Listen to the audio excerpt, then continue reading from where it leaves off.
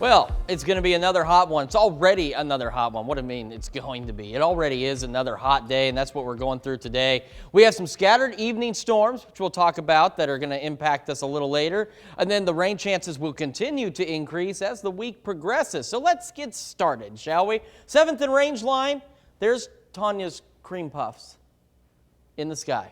That's the part of the forecast that she, I can't recall now if she was looking forward to it or not, but there are some cream puffs in the sky. 99 in Joplin, 102 is what it feels like because we got dew point of 65. Humidity is only at 33%, but that's going to change. Across the area, so there's a stalled out boundary to our north, and that's what's been keeping the rain, like we were talking about in St. Louis. We'll talk about that too. It's been keeping it up there. So points north of the boundary, Yates Center, Iola, Fort Scott, Nevada, you're a little bit cooler than the rest of us because you're on the north side of that boundary. Now, it's still hot, but not quite like it is as you head further south where we're in the mid to upper 90s.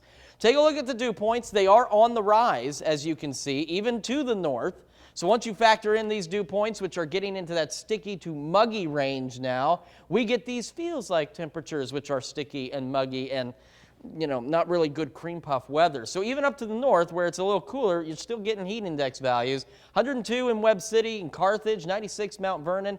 Unpleasant to say the least. So let's talk about the rest of the day. Unpleasant, bearable, not too bad.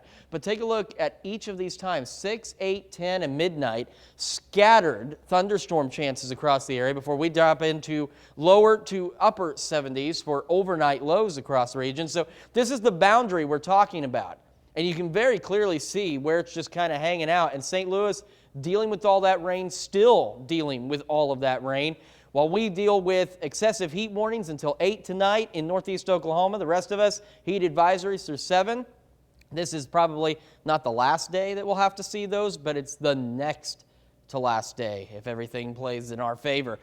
Over the next 24 hours, we're not going to cool off much. By the time we start the day, upper 70s, soaring right back up into the mid-90s, and again pushing close to 100 degrees. So let's talk into the future now. Going into Wednesday morning, you see all that green. That's a bunch of just scattered showers and thunderstorms. Because they're still scattered, it's still going to be hot tomorrow. But I wanted to show you the rain tracker because we're going to have to hit this button a few times because it stops at certain points, as you'll see. This is going to take us all the way through Friday. So let's put on the Price is Right Yodeler theme and let this thing take us all the way through Friday. And there we go, and there we are. And now I've already messed it up. As you see, though, we are going to get a decent amount of rain. So that's where there's a twofold problem like what they're seeing in St. Louis. We have had no rain. The ground is extraordinarily dry. So if you get caught under a thunderstorm, flash flooding could be a concern, which we'll keep an eye on. But otherwise, we're all getting in on the rain game by Friday, which we'll take a look at now in that 7-day forecast where hot alert days, then the boundary moves in our favor. And take a look at these temperatures Friday, Saturday, the lower 80s, overnight lows in the 60s with continued thunderstorm chances all the way through Sunday. Unfortunately, the boundary stops playing in our favor as we start next week off. So 95 by Monday. It's going to get hot again, but we've got a few days here where we're going to take a pause from the heat.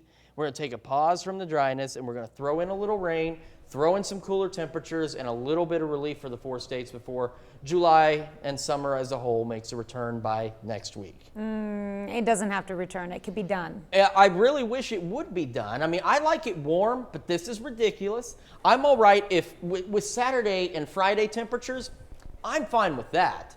Doesn't have to get any warmer. At least we're going to end July on a cool note. Yeah. Once we get into August, it's August, dog days of summer. Yeah. They're right here, and it's going to be toasty again. But hopefully, we'll start to see more rain chances sprinkled in. We'll take them. All right. Thanks, Chris.